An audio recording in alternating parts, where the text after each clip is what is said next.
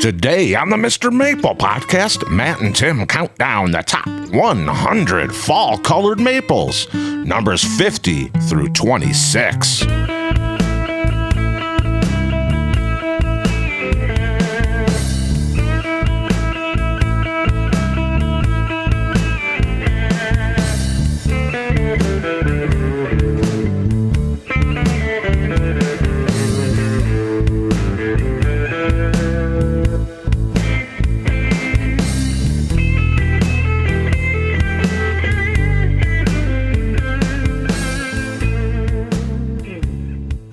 Konnichiwa, y'all, and welcome to the Mr. Maple Show. We're your weekly talk show podcast about Japanese maples. I'm Matt, and as always, I'm joined here by my brother, Tim. Y'all, we're MrMaple.com. We're a family mail order business. We ship directly to your door, and we do over 1,000 varieties of Japanese maples. So check us out on MrMaple.com. Today, we're bringing you fall colors, the best fall color Japanese maples. We've already done number 100 all the way through 51, and today we're starting at 51, going through number 26. There's some amazing Japanese maples, and fall color is what Japanese maples are known for. We started this out as a top 50 list, and we just couldn't keep it there. So now you're breaking into that top 50. I think there's some amazing trees to talk about on this list. Let's get into it. So coming at number 50, we have Acer Palum Dragon's Fire. I love when a tree has a perfect name. Dragon's Fire is a name that you want in a Japanese maple. Like, that just sounds like a tree you want. That sounds interesting. It's got everything mythological you want going on there. And the fall color matches that Dragon's Fire breath. So Dragon's Fire in the springtime, it's really more of like an ornatum type. And it gives you more of that orange-red kind of color in the spring. It's not your typical red, deep maroon that you get with most red lace leaves. But the thing about Dragon's Fire is those yellows and oranges that you get that are infused together just looks like a dragon just open its mouth and just flames coming right out. It's a showstopper. A smaller growing lace leaf, typically at around 4 foot tall by about 5 to 6 feet wide. It's going to be low and arching, and it's the perfect palette for that fall color. I mean, it's a very intense shade, and it really just shows out.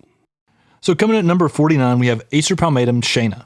So the word Shaina is Hebrew for beautiful, and it's actually named after Billy Schwartz's daughter. Dick Wolf named this one in honor of Billy Schwartz's daughter. Now, I love this one for all of its seasons. It's a great grower. It's small. It's compact. It's got everything you want about a Japanese maple. But what I really like is that fall color. Now, while this one had to make our fall color list, I've had it be some amazing shades of pink red. I've had fire engine red to just blazing pink red. And I think those pink red stages are why it really shows out. Yeah, I think for a red witch's broom, I'm really impressed for its fall color. I mean, Shaina, I remember going and seeing the original one there at the Department of Public Safety on Villanova's campus. Why are these crazy guys standing under this tree? That's what they wanted to know. I know. We went and introduced ourselves, but the problem is every 5-10 minutes there's another shift change. And so new cops are coming by saying, "Hey, who are you? What are you doing? Are you a student here? Why is this guy jumping up in the air cutting pieces out of this tree? Why are you filming in front of this?" Right. So actually, they were really cool about it. They just thought we were crazy.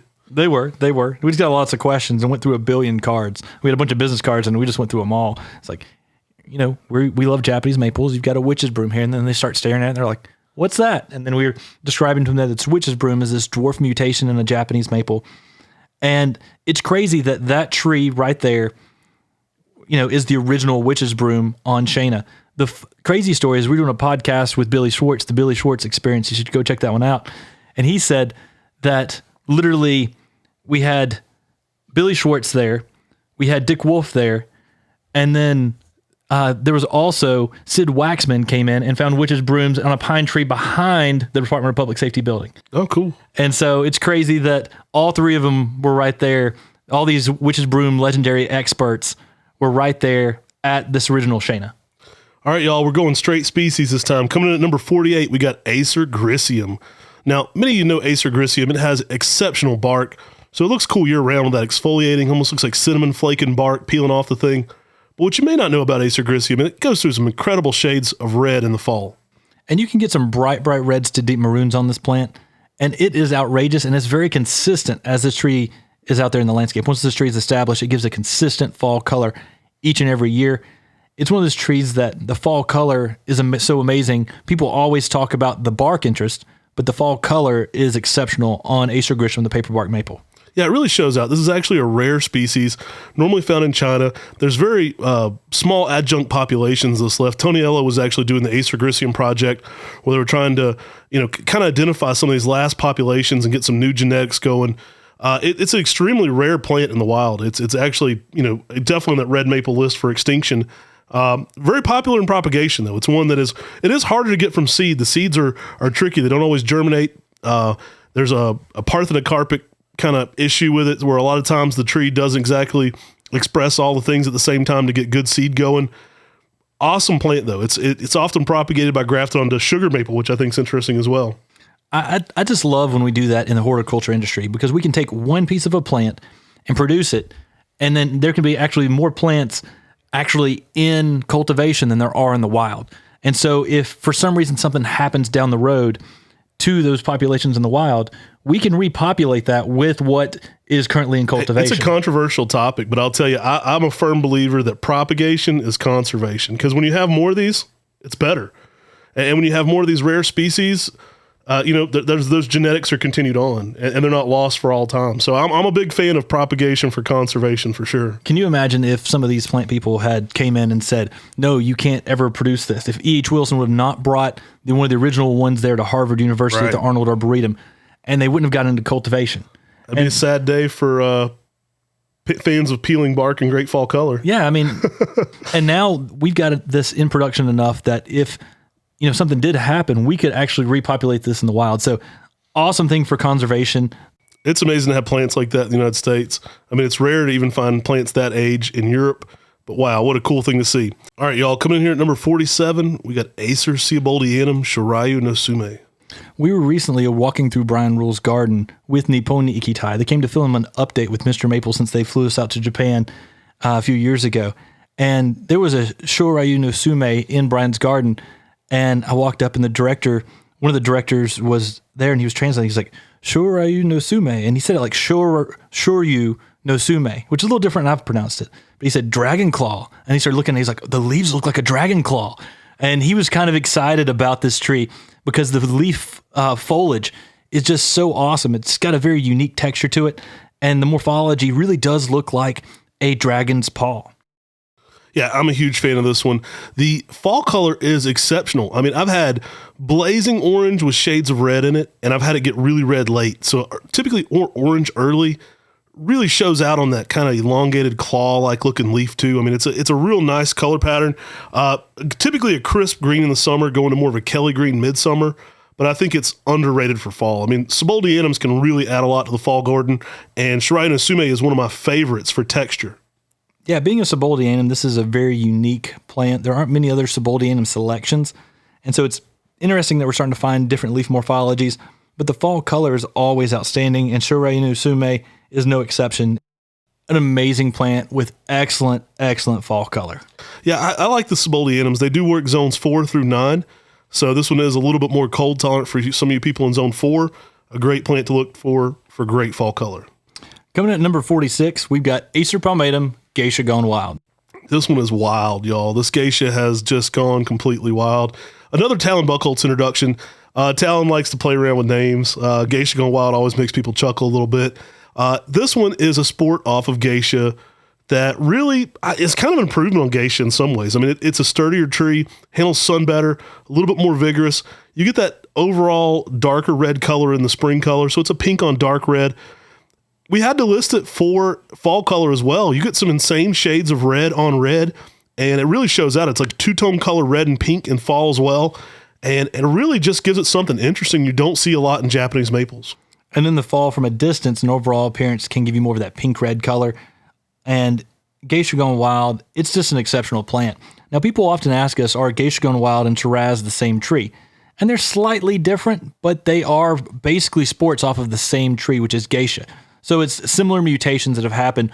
The Shiraz, also known as Gwendolyn's Rose Delight, was found in New Zealand as a sport off of the cultivar geisha, while Geisha Gone Wild was found in Oregon by Talon Buchholz. Yeah, it's a reoccurring sport, so I do think if you grow them under the exact same conditions, you're going to have very similar outcomes. I've had people say, well, they're completely different. This one's so much bigger.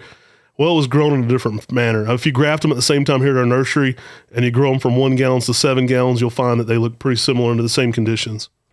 Now, one thing from a nurseryman standpoint, Geisha Gone Wild isn't patented, so often people will start producing, you may see more Geisha Gone Wilds in the nursery trade than Shiraz, but that's just simply because one is patented and protected, so you have to pay a royalty on it, while the other one is not, and the one's up for grabs from producing Geisha Gone Wild. Maybe not the best idea to patent a reoccurring sport then. Probably not. We've actually found the same plant again, but I mean, there's enough confusion. We don't need a third or fourth one. I know our friend in New Jersey's found the exact same sport again. I mean, we could have 4 or 5 of these, but and I think they took one of these and have started trademarking them with a new name in Europe as well. Jeez Louise, we don't need that. We try to keep it as simple as possible and go with the original whenever possible. But Geisha Gone Wild, phenomenal fall colored plant. It's definitely one you should have in your collection for the spring interest, for the summer interest, and don't sleep on that fall. It's an amazing plant. Coming at number 45, we've got Acer Bajurianum, Mino Yatsubusa. Oh, Mino Yatsubusa is awesome. You know, it hails from Mino Park, which is an area in Japan that has excellent fall color. Really an area that's noted for just being a beautiful area. Actually an area where we went and made momiji tempura there in Mino. An amazing place. Now, Mino gets its name from that region, Yatsubusa, meaning dwarf and compact. An awesome trident maple with some excellent fall color. This one we often refer to kind of as like a lace leaf for trident maples because it has that elongated, reminds you a little bit of Kamagata. It's got that stringier style foliage, even more elongated, even more like bird feet like. And it has a real shrub-like shape, especially if you're growing it in a sunlight condition. I have seen people grow this in a shade where it grows taller and reaches out towards the light. So you may get a taller, more narrow growing plant if you have it in a deep, deep shade situation. But Mino Yatsubusa has some really nice bronze color on it. And the leaf is almost like a trident leaf of a lace leaf, or almost like a Kamagata. And it is pretty awesome when it comes to its fall color because it's just infused with yellows and oranges and reds. All right, coming in here at number 44, we've got Acer Palum dissectum, Shu Shadari. Now, this is another Talon Buckholz introduction, probably not one of his most famous ones. People probably don't associate with this one with Talon Buckholz enough. I think it's one of the best fall color lace leaves you'll ever see. Yeah, I think it is too. The name means orange and weeping, and the fall color can give you a really nice bright orange fall color. It's also a good small to mid-sized weeping lace leaf, getting about 3 to 4 feet in height, by about 5 to 6 foot in width. So it doesn't get very large very quickly. This means it can be used in a lot of different gardens, but it also has unique shades of red, so it's not your typical maroons. It's an all-around great plant. Yeah, you almost get some orangey shades on this one in the spring over top of that red. I mean, it definitely is a red, but it's not like any of the other reds. It's unique into itself. It does green up a little bit midsummer, and that fall color, though, I mean, it is probably one of the most premium orange fall color lace leaves you'll ever find. Love the way that one looks. It really shows out, and just a great plant. Had to be on this list for the fall color. I mean, we started thinking back about some of the lace leaves, some of my favorite shades. Shu Shadari's got to be up there. Since we filmed the last podcast, Matt actually made a trip to Oregon and actually purchased Buckholz and Buckholz Nursery. And I'm excited about going out there, seeing and figuring out what trees he's got in the ground there in his amazing gardens, and then making sure that we have one of each and every selection of his amazing types, like Shu Shadari, out there in the ground at Buckholz and Buckholz Nursery. All right, coming in at number 43, we've got another lace leaf selection. We've got Acer Palum Waterfall. Waterfall is a classic green weeping lace leaf, and it goes from bright yellows to oranges in the fall. It's very similar to what you see as the cultivar Verdis in the nursery trade today. And the reason being is because Waterfall was a selection of a green weeping lace leaf that was at a waterfall at a New Jersey state park. And it got the name Waterfall because of its weeping, cascading habit and the fact that it was planted at a waterfall. But the truth is that it was what people brought to the United States as the Verdis grouping, which is a green weeping lace leaf that's very similar to Verdis in the nursery trade today. Now, we were going through J.D. Vertree's notes, and he noted that he believed he was writing D.M. Van Gelderen, so two of the top maple people of all time, both put out elaborate books on Japanese maples. And his note said, I find no distinguishable characteristics separating Waterfall and Verdis. And I was like, hallelujah, I agree. I've been telling people that for years, and now I have it in writing from J.D. Vertree's to D.M. Van Gelderen. Case closed. I'm calling them close enough. Both of them are so common in the nursery trade, though. It's going to be always out there as both Verdis and Waterfall. And they are both very, very similar, but they're amazing plants. I mean, they have a really nice weeping habit. As those specimens mature, you start to get a little more hooking on older specimens, where younger plants might not show the same hooking. People often told us that was the difference between Waterfall and Verdis. was that waterfall hooked a little bit more. Well, if you grow Veritas out long term, you start to see more of that hooking on older specimens as well. The fall colors on it are really nice shades of yellows and oranges. We've got some cultivar highlights that we've done on waterfall and Veritas. Some in one of our good friends, Dr. Criticos' garden. He's got a really large Veritas there. We've done some waterfall highlights as well. One of our original stock plants here, we'd sold them, so it's one with some size to it. And it is just one of the best fall colors for a green weeping lace leaf. It goes through some, obviously this is a green through the spring, but it goes through some amazing shades. It's another one of those, like people say, what is the fall color? And I'm like, well, you got to tell me when you're asking, because there's a 3 to 4 week period of fall color sometimes in a perfect ideal situation. Early on, this one's very, very yellow. But by the end of the fall color, it's very, very like orange gold.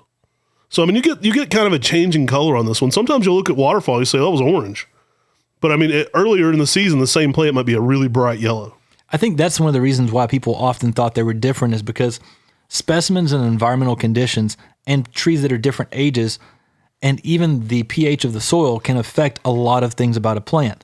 And so there's so many different things, from how much moisture one side of your garden is holding versus the other side, that can affect a lot of the growth rate, the shape.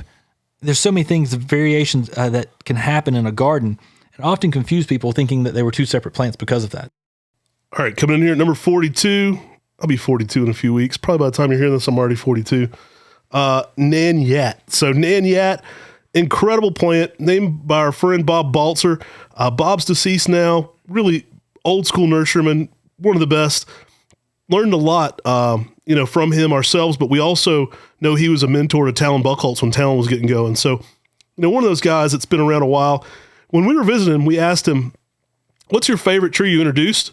And then one of our favorite questions always follows up, what's your favorite tree you wish you'd introduced?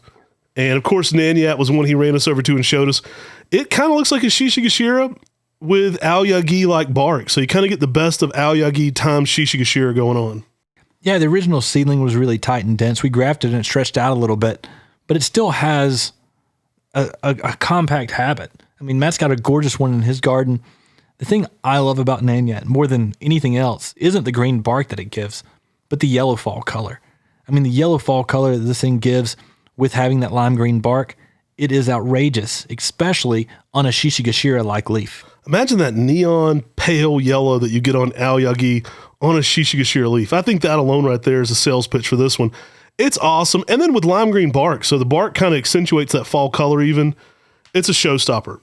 I remember when Talon was telling me about Nanette, and I said, yeah, I know. I've been growing it for a few years, because Talon purchased a lot of the plants from Bob Baltzer when he was retiring, and he brought those to his nursery. And he was like, oh, this cultivar Nanette's really cool. And I was like, yeah, I've been growing it for about 3 or 4 years. And Talon's like, what? How'd you get this? How'd you get this? And Matt and I had been... Hey, remember when you told us about this great Bob Baltzer guy that taught you a bunch of things? Well, we ran to visit him as well because we're crazy like that. He introduced Alpenwise. Yeah, why not? Yeah, of course. We got to see the original Alpenwise, one of the original Otto's dissectums. Hear one of the stories about one of the very first Orangeola. One of the very first Orangeolas. I mean, there's so much history out there in the maple industry, and you've got to soak it all up because, I mean, this is just amazing, amazing stuff. All right, coming in here at number 41, we've got Acer Palum Okushimo, the salt and pepper Japanese maple. Salt and pepper. It's such a cool plant. The leaves curl upwards. And he was about to drop some lyrics, but he couldn't remember. Guys, I'm the world's worst at lyrics. I know where that was headed. He was like, wait, that's in a song. Wait, no, it's not. Every time someone says cotton candy, I say Tootsie Roll. That's not the next line. And that's not the next line. I'm notorious for getting all my lyrics wrong, so I figured I'd just be safe and stay away from them. I make up lyrics. But Okushimo, the leaves curl upward. They look like it's drying up. But it gives a unique texture out there. It comes to a real crisp point on each and every lobe.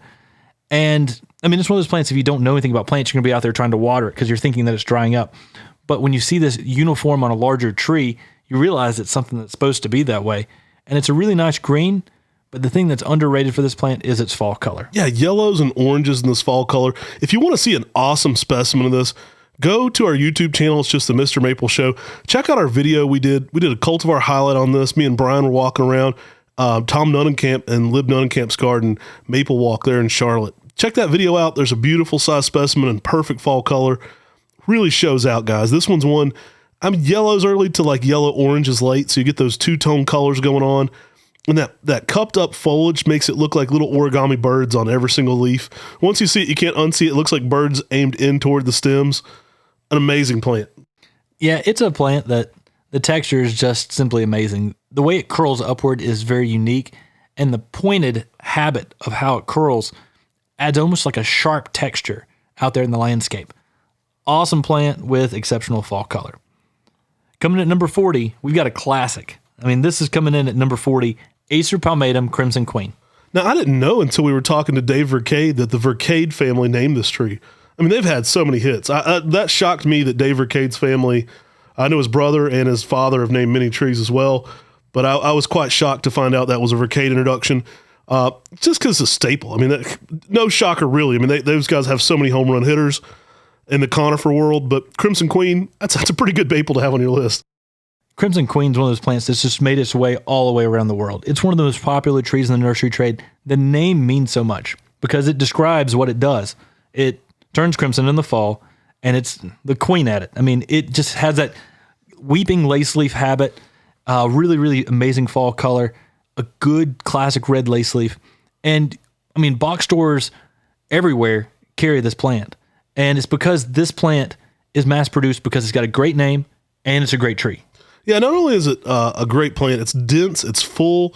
It's one of those lace leaves you don't typically see through, a little smaller than some of the others. I've heard a lot of people recommend this for sun. Now, I typically recommend a little more late day shade on Crimson Queen. We've always found that it's a better looking plant with some late day shade, not only for its colors, but for its overall texture and everything else. It tends to look better. I've had some incredible shades of pink, scarlet red on this one. I think pink is an underlying color in the fall sometimes with this one. And it really just puts on an amazing display, especially when you have a really nice older specimen that's so dense and full. That fall color just really hits. Yeah, Crimson Queen, it's a classic. And one of the things I like about this plant is it's short and wide. It doesn't get a lot of height like some of the other weeping lace leaves. A lot of the other weeping lace leaves can throw up a little bit higher branches with this arching habit. This one often has a very horizontal growth habit to it with the weeping style.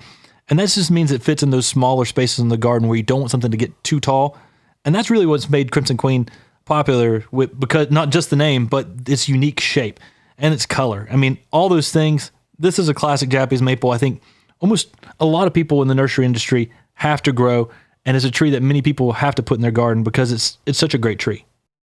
All right, coming in here at number 39, y'all, we've got Acer truncatum Fire Dragon. Fire Dragon is a selection that was patented and found by one of our good friends, Keith Johansson.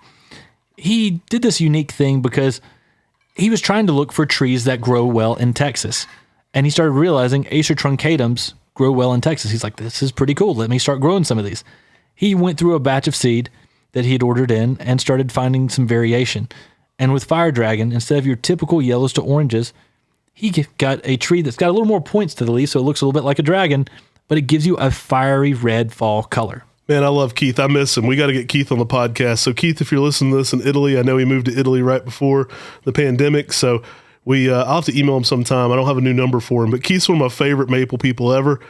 Apart from being a great plantsman, he's absolutely hilarious. So he would be a great addition here to the podcast sometime. Keith kept naming those truncatums. I think Fire Dragon's probably his most prominent one. And we're going to keep offering all the time here at Mr. Maple. Tough as nails, provides shade for your other plants, but that bold, fiery fall color aptly describes this one. You actually sometimes get some hints of yellow on the edges of it, which is just complete fire. I mean, the leaf looks like it's on fire. It's the perfect name for it. You get that big shantung maple leaf, and it's just a perfect palette. And I mean, who doesn't want fall color in Texas, too? I mean, those Texas guys are begging for something that sticks around, that's heat tolerant and durable. You're getting great fall color on this one in some high heat climates, and that leaf isn't going anywhere. It's looking crisp and pristine late in the season. Fire Dragon had to be on our list. What I like about Fire Dragon is it gets out there too. It gets out there and makes a large tree fairly quickly. And in places like Texas where there's not a lot of shade, you can put a tree out there that will turn into a tree, give you good fall color, and give you shade to plant more Japanese maples underneath it. And that's one of the great things about these truncatums is they're vigorous, they're hardy, and Fire Dragon, it brings the fire in the fall. All right, y'all, coming in at number 38, we've got the most shocking tree on this list. You've never heard of this one.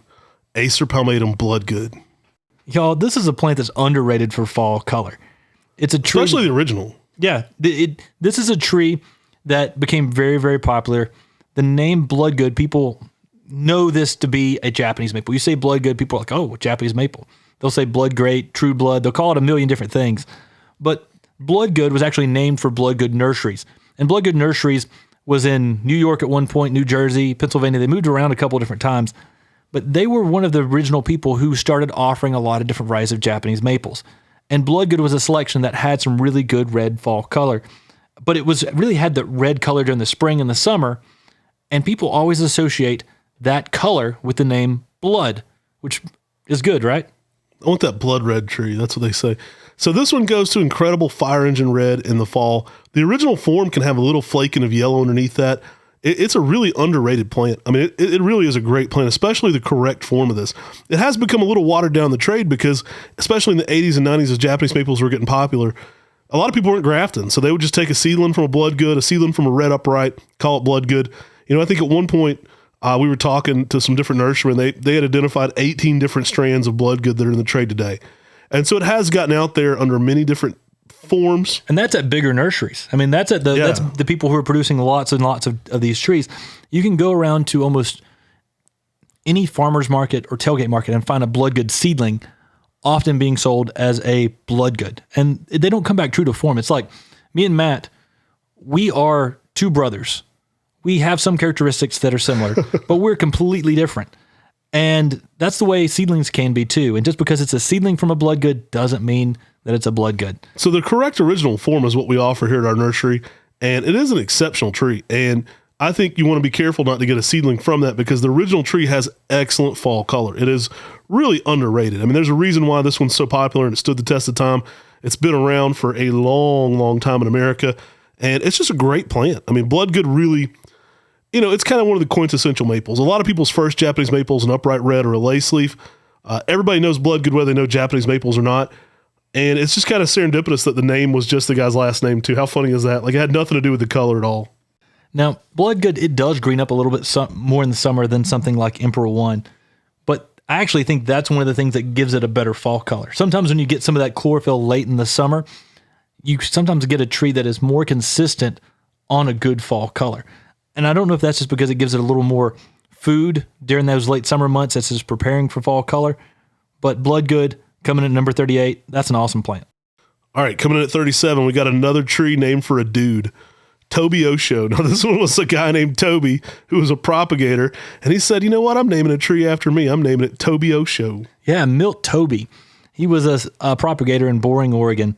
And this tree is anything but boring. It's a green upright with some exceptional fall color. I've had this one rival Osakazuki. I mean, you'll see this one on the list later for sure. But I've had Tobiosho, reach some pinnacles that are pretty important. It does have a really nice round canopy to it. It does tend to form a very nice size tree with a lot of good width to it. So that canopy is typically almost equal to the height, which is nice. It really gives it a good palette for this green going to an excellent red fall color. I recently had a customer, I was meeting him a lot, ask me, what's the best cultivar for seed if you're going to grow some out for seed? I recommended Tobiosho because it is Acer Palum subspecies Palmatum. So if you're a collector looking for something to grow from seed, probably a great source for rootstock eventually. Yeah. I'm not so sure I'm a big fan of how they take someone's name though and turn it into a Japanese name. Right. Matty Osho, Timmy Osho. Yeah, I know. I don't know about that one. Like people hear that and they're like, oh, I wonder what Tobiosho means. I wonder how many people have asked if someone Japanese. Well, it's like Nanette. What does Tobiosho mean? And it's just a conglomeration of words that probably don't mean anything, but it sounds Japanese. I'll give them credit. It sounds Japanese. Conglomeration is also a metaphor. All right. Coming in at number 36, we've got Acer Palum Sekimori. Now, J.D. Vertrees, who you've heard us talk about several times on this podcast, he wrote the first English-speaking book on Japanese maples. He said this was his favorite fall color lace leaf. That's saying a lot. I mean, J.D. Vertrees, world-renowned Japanese maple expert. Sekimori is a green, highly arching green lace leaf. So what sets it apart is it kind of has this arching habit to it. It was one of my dad's all-time favorites, too, when he was running the nursery. Goes to an impeccable yellow fall color, too. Yeah, and with that arching habit, you get a lot more horizontal growth with it, with weeping habit rather than something that gets a little bit taller like a Verdus or a waterfall. Sekimori, this is a classic. You don't see that often in the nursery trade. We try to carry it quite a bit here at Mr. Maple, but this is just an amazing plant. My dad started carrying this one as one of his first green weeping lace leaves, and it's because Bear Trees had high praise for it. Dad said, well, if Bear Trees wanted it, I'll want it too. And it's a tree that we just love here at Mr. Maple. The yellow fall color can give you some really nice crisp yellows. And for a weeping lace leaf, this is pretty spectacular. Bear Trees also mentioned that take a lace leaf like this and plant it up on a hill, and you can actually look in and see the arching weeping habit. And it's a way to appreciate something that has this weeping habit even more. All right, coming in here at number 35, we've got Acer Palum Sangu Kaku. Sangu kaku, this is a classic coral bark Japanese maple. It gives you some really good bright yellow fall color. And when those leaves drop, you got that bright coral bark. It gives you an additional winter interest. Oh, I love this plant when everything's out of leaf and it's that spark of color, but don't sleep on the fall color either. I mean, everybody knows Sangu kaku for its bark, but I mean, it's great fall colors. I mean, the coral barks really can provide some outstanding shades of yellow. And what's kind of nice is it kind of gets that splashing of red, and it looks like you took a red paintbrush and just flicked it at it, right? If the whole tree's glowing yellow, but it's got these splotches of red on it out randomly. Those late fall colors, when you get those splashes in there, are pretty outstanding. It's like you threw some highlights in there. And it's one of those plants that is just a classic Japanese maple, green, and then when it changes, it just announces the changes of the seasons. And you've got spring, summer, where you've got this bright green, and then the fall, you've got this amazing color, and then you've got winter with the coral bark. So the changes of the season with this one, outstanding. Sangu kaku, for a fall color, it's hard to beat it on a yellow. I mean, there's not that many yellow upright fall color Japanese maples, and Sangu kaku does it with a really nice clear yellow at first, and then late, when you get those highlights in there, it's outstanding. All right, coming in here at number 34, we've got Green Strap. This is a really cool plant. The original name on it was Verdi Lace. Too close to Verdus, right? Yeah, too close to Verdus. I mean, Verdus is out there in the nursery trade everywhere. And, it's like Verdus, Verdi Lace. I mean, Verdi means green. Lace is like you think lace leaf. Green Strap's a little more of a good descriptor for it. And it has strap-like leaves like a Kamagata. It's very vigorous. This is a plant that is a really unique tree. I mean, it gives you a unique texture with those Kamagata-like leaves. I've almost had Japonicum-like fall color on this. I've had yellows, oranges, and reds all at the same time, all on the same leaves. Exceptional tree for the fall color. I mean, I would say expect yellows, orange, and reds on this one some seasons because it really shows out. And I think the overall fall color, it's kind of more of an orange-red, but I've had just every single color in it at once. And that's the thing that draws me to it, is because it really does put on unique combination of colors that you don't often get all on one tree, and you get this on an upright that's vigorous, so it can get some size to it, but also it's just got that unique leaf texture with that Kamagata-like leaf. Yeah, this one tends to be very multi-stemmed as well, so you get a lot of branching. It's kind of an irregular growth pattern, but really fun plant, fun leaf shape, and outstanding fall color. Coming at number 33, we got another Acer Japonicum selection, Acer Japonicum Rising Sun. Now, if you didn't see part one, we gave a disclaimer that we're spreading the Japonicums out, so they didn't all go down to the bottom of the list.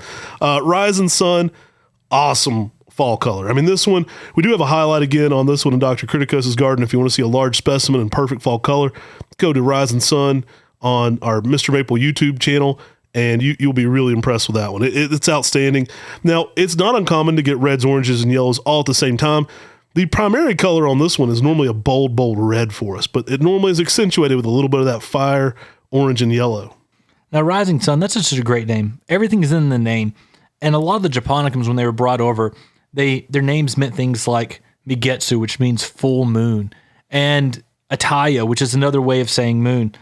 With this Rising Sun, I think it's a great ode to Japanese maples, because Japan is often known as the land of the rising sun. And then on top of this, you get this huge Japonicum leaf that can give you some amazing fall colors. Yeah, excellent tree. Large leaves, big round fans on this one. I would say not the largest, but in that category. Just a beautiful overall plant as well. Very crisp, clean foliage. You get those red tassel flowers on it in the early spring. Nice green foliage that kind of gives you a tropical feel, but then outstanding fall colors. So coming at number 32, we've got another Japonicum for you. Acer Japonicum Emmett's Pumpkin. Now, as you can imagine, being a pumpkin, this one goes through some incredible shades of orange. And that larger overall leaf of the Acer japonicum gives you pumpkin vibes in the fall. So you get this large round leaf with bold, dark orange colors. I've had it be like the perfect pumpkin plant. Yeah, and one thing that's unique about this too is the new growth can sometimes give you some kind of coral kind of colors on the new growth too on Emmett's Pumpkin. So it gives you additional spring interest on this larger Acer japonicum leaf. The leaf on Emmett's Pumpkin is a little more oblong, so it's not a perfect circle, but it does have this real elongated japonicum leaf that when it goes with that fall color, I mean, you're really thinking this tree is pretty awesome. Yeah, if you take the leaf and stick it in your coffee, you'll get pumpkin spice latte as well. Just blend it around in there a little bit in fall color. Delicious plant. Awesome one to be growing, though. It actually gives you some fun shades of orange in the early spring, too. You get these blushings of orange going on over the leaf in the early spring. So it really just shows out. Another one of those bigger leaf japonicums, too. This one has those dinner plate size foliage. Now, one of my favorite things about Emmett's Pumpkin is it's probably the most vigorous of any of the Acer japonicums. So not only is it the big leaves, it gets out there, y'all. Like this one tends to be a foot to a foot and a half of growth a year. I've had it rival, Shayu in the garden. Sometimes I have a giant one at Maplewood Gardens. It's not that old. It's taken off, fills out in caliper and size very quickly. Probably the most vigorous of any of the Acer japonicums. It's much younger than the Meiku Jacko and Aconitifolium that are at MrMaple And much larger. Gardens, and is much, much larger. And that's a really good point for Emmett's Pumpkin. It was actually, I believe we were at a garden show, and Matt actually met Emmett's grandmother, was it? Yeah, she said as such. She said, did you know I put my grandson through college selling this tree? So it apparently was in the 70s. So Emmett's up there in age now. He's probably not a little boy anymore. But she had, when he was a younger kid, she had charged $1 royalty to people. Just a gentleman's agreement. It wasn't ever patented or anything, but people would give her $1 every time they grafted one. And she had this agreement with people. And she made enough money to get her grandson through college selling Emmett's Pumpkin, which I thought was a cool little backstory to it as well. So next up, at number 31, we've got Acer circinatum herbsphere. Now, another one that's on our list that I would definitely recommend for vigor. I'm really impressed with the growth of this plant. It's a circinatum ex palmatum. A lot of people listen to circinatum. There's a lot of palmatum influence in this one, so don't be afraid to grow this one in the South. I got one from Elizabeth Mundy back in the day. It hadn't even been that long. I mean, I brought one in from Elizabeth a while back. It was probably a 6-foot tree when I brought it into the garden and planted it. It's probably a 25-foot tall tree now, and that's probably been less than 10 years. An amazing growth rate for this one. Over 1.5 feet of growth a year is not uncommon, but great fall color. Now, it's an Acer circinatum X hybrid with palmatum that was found in Germany. And for circinatum hybrids, to me, this one's the best. I mean, it's the one with the best fall color. It's got good vigor. It doesn't seem to drop leaf early in the fall for us like many of the other circinatums. Herbsphere is said to translate as autumn fire, and which is interesting because there's another maple called autumn fire, but this is German for autumn fire. Now, I've been told that the name is supposed to be Herbsführer, which would mean fall leader because it's one of the first trees to go to fall color. But if that was the case, it would actually be spelled slightly different on Herbsführer. Herbsführer is... I thought it was named after a guy named Herb they were putting in charge. Herbsführer, it's an awesome plant, though. And we've got it right beside, right at the entryway of the gardens at Maplewood Gardens. Our parents love this tree. I've grew to love it more and more, especially as this tree goes to consistent fall colors each and every year. Old Herb, he's our leader. All right, y'all, coming in at number 30. We're all the way up to 30 on our top 100 fall color plants. Falling here at number 30. Can you believe it's all the way down at 30, actually? Kihachi Joe. This is probably, I don't know how this is this low, honestly. This is probably my favorite fall color yellow of any Japanese maple. When people ask me for my favorite yellow, I often pick Kihachi Joe. We were walking around the Washington Park Arboretum and Gardens, and they've got these Japanese gardens that are spectacular. And we were walking around the Maple Society, and some of the trees aren't named out there. I mean, they've got Osakazuki out there, and everything was in perfect fall color. And they had a gorgeous Kihachijo in fall color. And I'm like, man, that tree is amazing. It's Kihachijo. And everyone's like, how do you know that? I'm like, I can tell you from the fall color right now. It's yellows infused with oranges and reds in there. I mean, this tree is outstanding. It's one of the best fall color Japanese maples. I love this tree. The leaf is really unique too. Cool thing we've learned about Kihachijo is you can actually look through the seeds and you find such unique diversity in the seed sets from Kihachijo. And it often makes me wonder, is this because there's diversity in the genetics of Kihachijo, or does it hybridize with everything else in the garden? I think you just called it very promiscuous. Yeah, Kihachijo gets out there, y'all.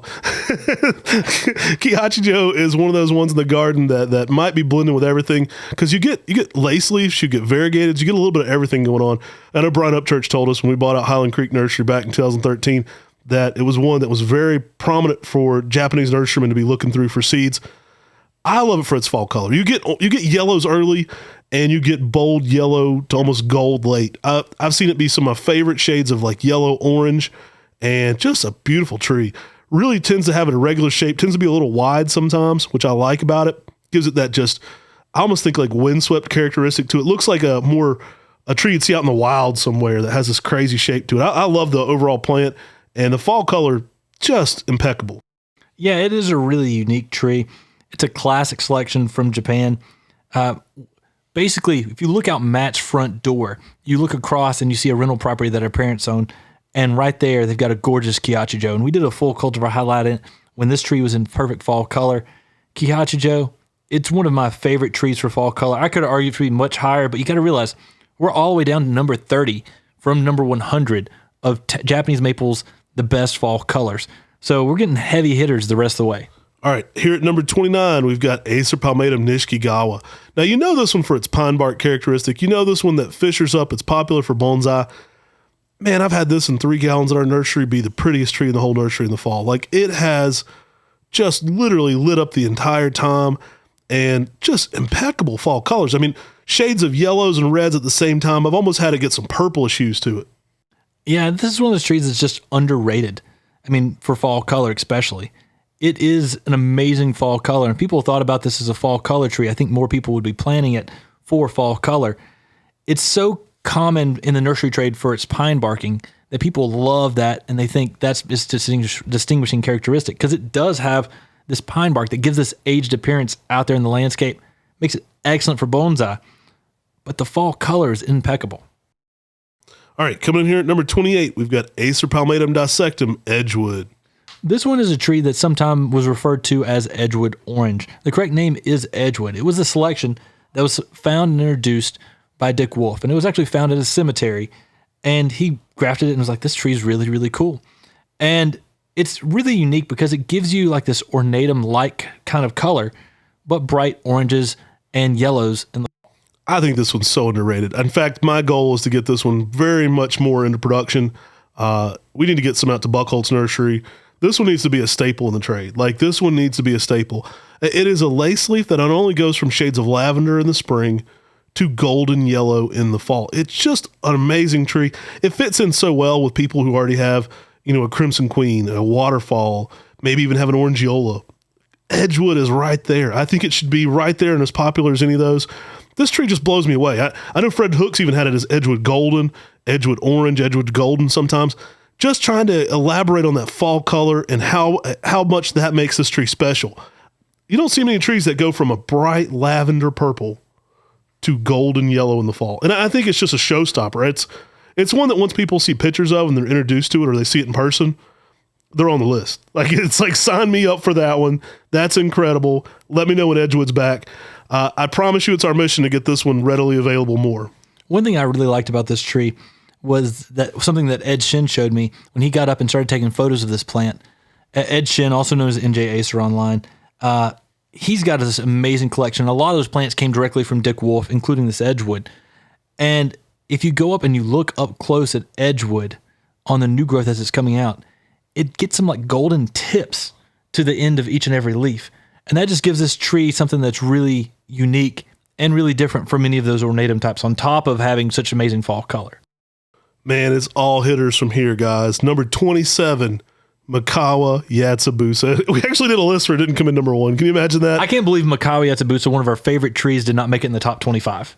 It is incredible for fall color. This one is blazing shades of orange and red in there. When a lot of people ask me, they say, do you sell bonsai trees? And they're not familiar with plants, I just say yes, and then I show them Makawa Yatsubusa, and they're like, oh, awesome. Because it looks like a bonsai tree. I mean, it's tight, it's layered, it's heat tolerant, it's cold tolerant, it's got everything most people want in a Japanese maple.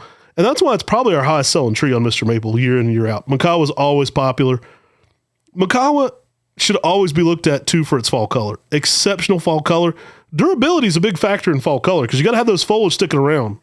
Even in high heat areas, you got to have the good foliage to have good fall color. Makawa is tough as nails, and it shows out when it's fall. Yeah, it really does. I've often had some people try to tell me that, what Yatsubusa really means is it means like a cluster of grapes. And you look at it and you see this Makawa Yatsubusa, and it's just clusters of growth, that layering, shingling habit. And that's what you think about when you see Makawa Yatsubusa, those shingles on a roof, just one leaf over top of another leaf, over top of another leaf. The texture is amazing, but the fall color is so consistent on Makawa Yatsubusa, and it is so amazing. It's a tree. People see this in the fall color and they start freaking out. They're like, do you have a red Makawa Yatsubusa that's that amazing? Right. Like, no, I've had to get to some bold shades as well late. Like I have had it get really dark red, but I mean, typically early, you get some really nice orange going mixed into that. Oh, yeah. I mean, the fall color is amazing and consistent. Makawa Yatsubusa is such an amazing plant to then throw on such amazing fall color on top of that. I mean, how can you beat that? I guess you can with number 26 on fall color, Acer Palum Amber Ghost. She said it was the dogs. It was not the dogs. Amber Ghost, probably the most popular of any of the Ghost series for fall color. Not Johnny Depp's favorite plant, though. Amber Ghost, this is an amazing plant.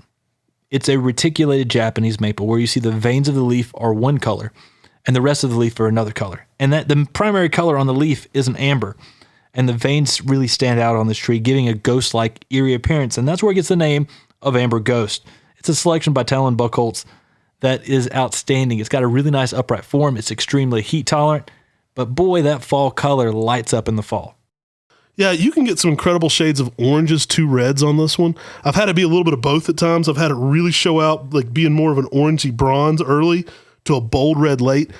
Talon normally listed as one of the better fall colors for any of the Ghost series. Also one of the better forms as a more of a vigorous upright tree. I love it. I mean, you get those amber hues in the early spring. It really shows out. I did list it as my favorite of the Ghost series. I think it's probably the best fall color of the Ghost series. If not, it's close. It really brings it. Yeah, it wasn't my favorite of the Ghost series, but for best fall color of the Ghost series, it definitely is for me. I mean, the fall color is consistent, and those bright oranges to reds will just knock your socks off in the fall time. And being able to go from those amber colors during the spring, amber flushes during the summer with that reticulation variegation, to then an exceptional fall color, it's a tree you got to use in your garden. Yeah, people say, again, what actually is the fall color? It's tricky. I mean, again, there's a period of 3 to 4 weeks typically for fall color changes. Early on, I get some really bold oranges. Late, I get some really fiery reds. So, I mean, it just keeps changing. And it really is, I would say, one of the most showy forms. You can see a little bit of that reticulation peeking through sometimes, even in the fall color. Got to be on the list. 26, we got Amber Ghost. So, y'all, that was number 50 all the way down to number 26 on our top fall colors for Japanese maples. If you hadn't, go check out 100 all the way through 76 and then 75 all the way through 51. Next week, same bat time, same bat channel.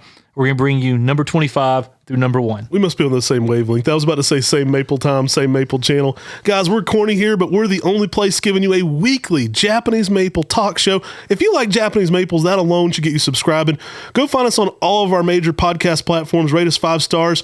Hey, if you really want to do us a favor, go hit us up on Google Reviews. Give us a 5-star for all this content we're putting out there, guys. We appreciate that. We appreciate all the subs, too, to the Mr. Maple Show. That thing keeps blowing up.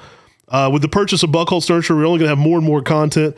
We're taking Sean and Corbin out there next week. We're going to be filming all kinds of content. And it's fall, y'all. I hope we can hit some peak fall color out there when we get out there. We're getting just a little ahead on the podcast so we can shoot some premium content that'll be available all year here on the Mr. Maple Show. Take care. God bless. And have a great day.